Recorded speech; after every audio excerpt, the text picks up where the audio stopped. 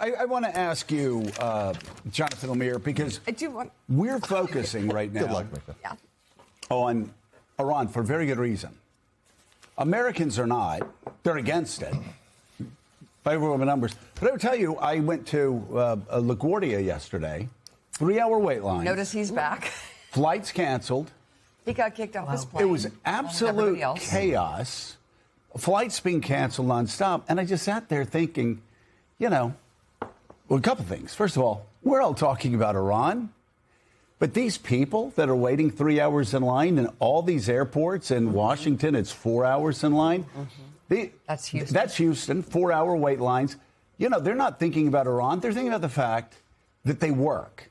And they've got to fly to and from their homes and commute. There's so many people there that are commuting every day. I have a friend at Newark.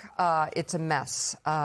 It's a complete mess, and TSA clear is a mess as well. Yeah, regular TSA, 3 hours. 3-hour wait lines. And I would just say to Republicans, this is on you. If you think that you can, blame Democrats, everybody's saying you're in charge. You're in charge of Washington. And a comment I heard, I can't say it completely. I will just say that I heard somebody yell in line yesterday, they want to run Iran, and they can't even run their own effing airports. And that, really I sat there thinking, oh, my gosh, that is what everybody in this 3-hour line at LaGuardia is. And what happens is they wait in line, they get on the planes, and then the pilots say, flights canceled. I checked 3-4 Delta flights canceled yesterday out of LaGuardia. It's happening at airports all over the place. It's chaos. And so it's weird. Sometimes we don't. Sometimes we need to cover Iran. But I'm just telling you, people who vote, they're looking at gas prices and they're looking at the airport, and they're not too dumb to understand on social media that Republicans, once again, had a chance to vote for TSA funding, and they voted it down. Let me say that again. Republicans now, 10 times, all they had to do is say yes, and TSA funding would have passed. They won't do it. Yeah, the people are angry. We're seeing right now, it's people who are using air commute for work. It is the spring sports season for so many parents with kids have tournaments. Yeah. Spring break is on the horizon. Easter's coming up. Easter and Passover are next week. Do you know what I'm trying to figure out? How to get all my family together. It's not going to be possible. And because I've got adult children, as everybody with adult children know, we've been planning this like a Phil Marshall Montgomery for months now. People getting off of work, figuring out how to get the babies, all that. And I had to call him yesterday, and I was in the airport, and I don't know if we're going to be able to get together for Easter, because all these flights are getting canceled and it's chaos. I didn't say because Republicans keep refusing to pay TSA, but Republicans keep refusing to pay TSA. It's complicated. It's expensive. People are furious, and rightly so. Airports across the country, 3-4 hours. There was a photo in Houston yesterday, former Attorney General Bill Barr standing in line for 3 hours waiting to get in the line. It's affecting everybody, and I think this is the last week or so. This has become the dominant story in the country line, even more than the war. And I think in the last few days, it's really broken through that Republicans have had chances to put the funding through, and they haven't. And even this week, the Senate, Republicans, John Thune said, let's get this done. And it's President Trump who said no. Do you know how many times President Trump has flown, gone into an airport and flown a commercial flight in the last 30 years? Zero. Never. Do you know Howard Lutnick? Do you know how many times Howard Lutnick has flown? Do you know how many times the billionaires that are in the cabinet are people that would be talking to Donald Trump? Do you know how many times they've actually had to get in an airport and wait 3 hours tonight? How about pump gas? How about pump gas for their own car? Go to a grocery store. Go to a commercial flight and fly somewhere. I'm sorry. I think it's safe to say our commander-in-chief has probably never done that. This is a nightmare. I mean, this is a nightmare for mainly for TSA agents. And I will say I've flown Richard 3-4 times over the past 3 or 4 days, 4 or 5 days. And that every TSA agent, and I just want to say this about the men and women that are there working, safe when some of their coworkers are not. Every one of them, I say thank you so much. I'm so grateful you're here. Thank you. I know this is hard. I'm so sorry. And every one of them are so polite every one of them say, thank you so much. Like, just like, thank you, we appreciate it. They'd love to say, thank you, we appreciate it. Now, get us paid. But they've been so professional and so kind. But I'm telling you, there were thousands of people in line, and I saw 4 TSA agents. And in a time of increased terror threats, with Iran saying they're going to strike out against American targets globally, with the FBI a couple of months ago firing the people who knew the most about terror threats from Iran, for whatever stupid reason that was, we are letting down our defenses at a time we should have double TSA agents, because Iran has been warning us for a decade that if we ever attack them, they would strike out against us domestically. They would start blowing things up in America. And what are Republicans doing right now? They're voting no to paying TSA agents. They're voting no to pay TSA agents. Let me say it 10 times. Democrats keep bringing it to the bill to get rid of this problem. And Republicans keep making this problem worse at the very time we need more TSA agents and not less. So if I may, I was going to Richard. I know. Okay. Before you speak, Richard, I have a friend at Newark Airport. 3 TSA agents for an entire terminal, and people are furious. And that's repeating across 3. Yeah, I flew in and out of Houston this week, which was an experience. Oh, my Lord.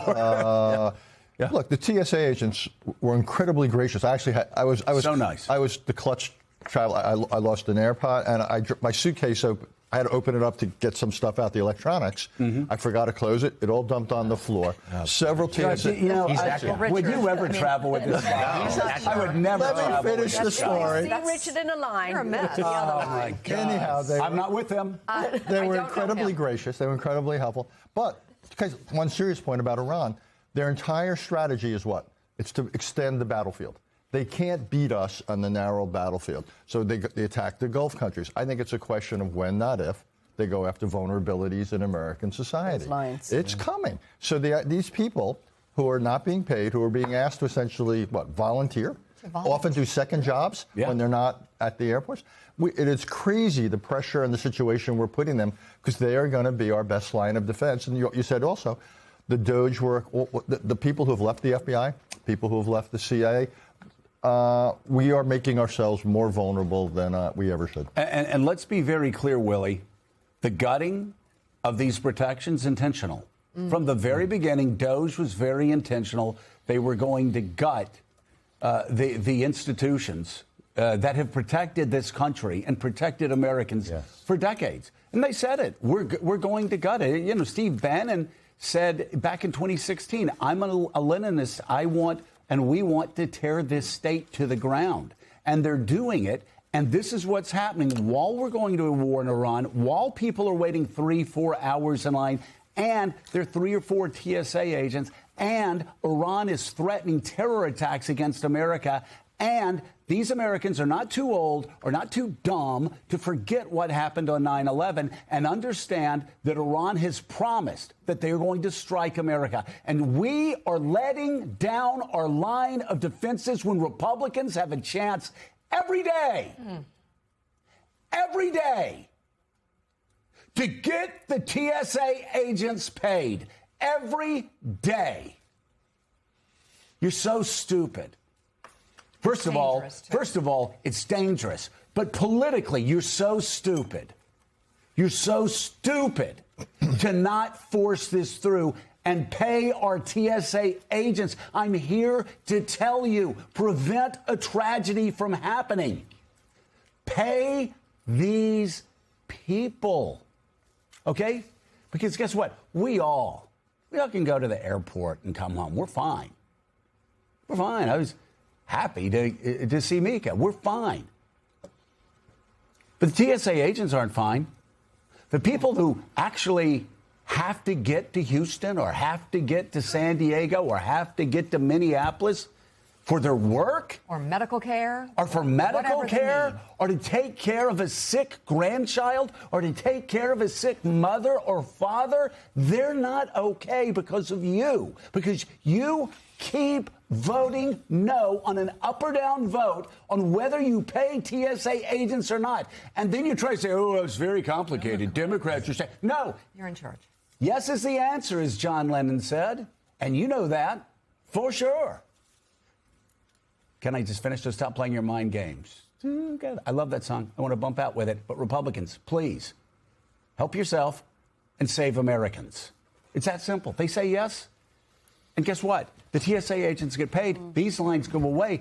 And our security against Iranian terror threats, poof. And that legislation dissipate. was there as recently as a couple of days ago that John Thune was supportive of, brought it to the president and said, we've got a deal where we're going to fund DHS without ICE. We're going to put that to the side. We'll talk about that later, or we Republicans might be able to get that through with reconciliation anyway. There was a clear path forward, and Donald Trump said, no, you can't do it. So now here we are again, another day with these long lines.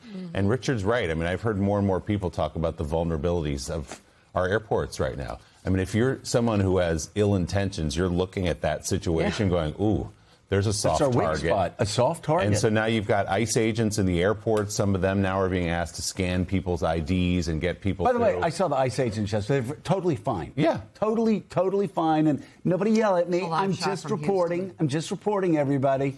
Don't get crazy and pissed off when I say it. ICE agents were fine. They were helpful. That was just no masks. And you know, nobody minded them being there. Yes, but they're not expediting the lines. Right. They're there And to provide security, which is fine. We actually need the TSA agents who do their jobs. Exactly. And there is money. Remember, money was poured into DHS so Kristi Noem could have horse riding commercials in front of Mount Rushmore and fund ICE and hire all these new agents. And give $200 million to the spouse of one of her closest aides. Exactly. Yeah. So the money is there. It's just not going to the right place. In most countries where you have a security threat, you would never allow people into an airport without having some kind of a security barrier beforehand. In the United States, normally it's fine because you don't have thousands of people crammed into the entrance hall of the airport where there is the potential for somebody to go and cause damage. You'd stop it. You'd screen before people went into the airport. We're not figured that way, thank God, because we don't feel we need that level of security. But in this kind of situation, I was flying back from Florida yesterday. I looked at those queues and I thought, I don't actually want to be in a queue like that. It just doesn't look particularly safe. Yeah, I mean, everybody, you know, a lot of people tell their families, stay away in times of threats from huge crowds. Well, you can't do that, John, at the airport. And I just want to know what the White House is thinking. I want to know what the Republicans are thinking. I want to know, and I mean this with all love in my heart, how they could be so stupid. As the terrorist threat level rises. This is politically stupid, and it is a security threat to every American. I think more and more Republicans realize this is bad, but this is another example of the president simply being detached from what's actually going on. We have chronicled for a year and a half now that even more than most presidents, this one lives in a bubble. He only hears good news. No aide ever gives him, something that's going to be upsetting. We'll get into it later. The story from NBC about how he's basically given a highlight reel of war videos. He just sees explosions, and there's some questions as to how much he's really comprehending what is going on in that conflict. And this is another moment where he's bought into this idea that ICE, though he recognizes some of the mass deportations have gone poorly politically, he still believes in ICE. He's still, every day, Truth Social 3 or 4 times yesterday, supporting them, supporting their efforts, and trying to blame Democrats for what we're seeing here. But all polls suggest it's not working, and his party is going to pay the price this November. Now, how much does Trump care, really, about the midterms? I don't think he cares. That's the open question I think he's gotten past the point of caring, but again, it's crazy going back to where we began, really. The America First Award. You want to run Venezuela, but you can't run LaGuardia? You want to change governments in Iran, but you can't even make Houston's airport work? You want to take over Greenland, and yet you can't even, make Atlanta Hartsfield function? No, this doesn't work for Americans. And again, people can get pissed off with who they want to get pissed off. They should be pissed off, Republicans, with themselves. Because day in and day out, Democrats take TSA funding to the floor. to help people that are trying to get through those lines so they can get to their jobs or their families or to their cancer hospital care treatment. or their cancer treatment in Houston or somewhere else or in Minnesota. Or just getting home to your kid's Or just get baseball home to game. kids. Which, by the way, not to make it too Exactly personal, what you were doing. that's what I was doing. And now I've got to figure out how to get home to a National Honor Society event, right? But it's not about me. I'm good. This is about all those Americans that are out there this morning from LAX to Atlanta, Hartsfield, Houston, up to Newark, that can't get to where they want to go. And Mike Johnson's talking about an American First Award when we're fighting wars all over the globe and want to take over Greenland? Cuckoo. And we can't run our own airports. We can't keep our own airports functioning. And we can't keep our own airports safe from Iran security threats. This will not real. do it. They are so real. Republicans better wake up, and somebody better tell the president right now. Go right to an now, airport. you Do a field have trip. created a soft target.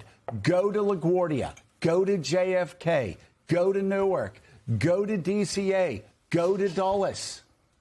You want airports renamed after you? Well, you better get them working first. And it's really easy. Pay the TSA agents. That's it. Pay the TSA agents. And negotiate everything else.